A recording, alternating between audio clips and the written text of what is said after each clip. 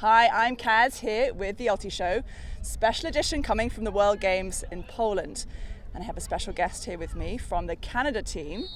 Would you like to introduce yourself? Hi, name's Mark Lloyd, as she said, from Team Canada. Fantastic. So Mark, you just had a game against Colombia and it was a really close game. You guys fought really hard.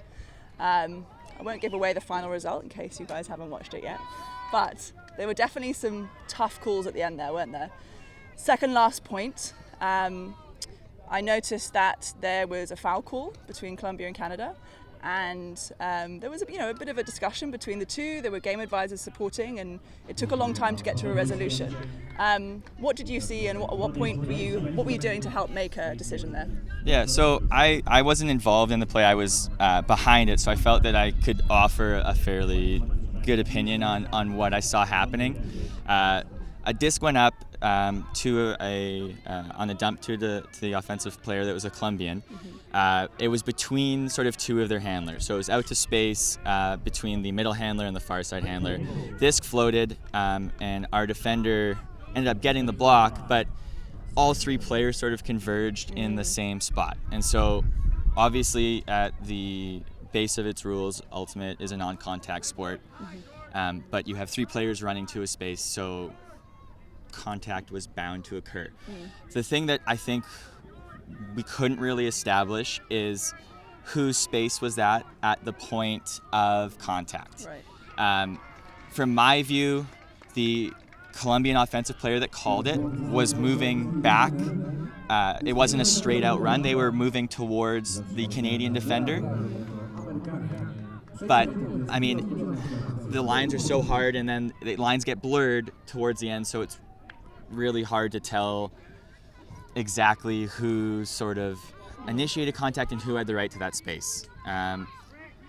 It's one thing you have to accept with Ultimate is that the rules favor the offense. Right. And so I'm not saying that means that it was the offender's space or anything, but they felt that they had a play on the disc and contact was made. And so we couldn't come to an agreement, so it's a contest and we had to send it back. Okay.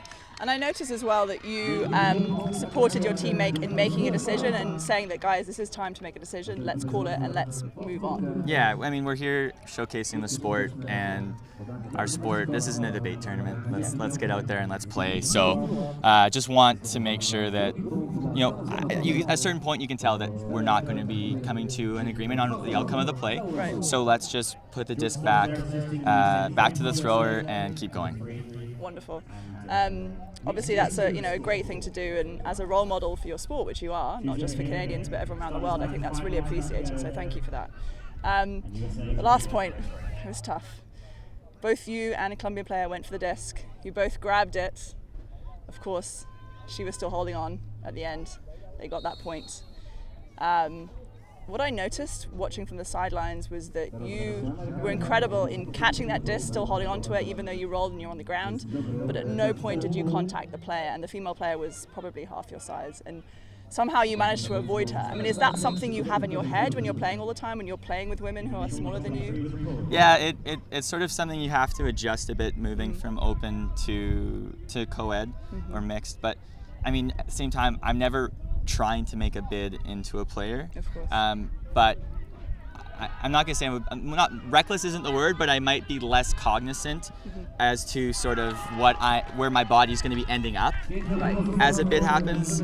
I played yesterday against the US where there was a throw into a pile that I ended up catching, but on the landing I sort of adjusted myself to not hit a US player running through. Right. So today on that bid, saw the disc go up, and I the whole time I thought I was going to get to it, but knowing that especially just based on any time there was contact in that game, a call was being made, and as I said, a non-contact sport, so for me to get that block for my team, I need to avoid all contact, and especially because it was someone who didn't have the same size as me, I want to make sure that everyone ends up safe after that play. Fantastic. Well, I mean, it definitely demonstrated not just good spirit, but amazing athleticism as well to be able to do that kind of maneuver. So really well done. So thank you for your good spirit.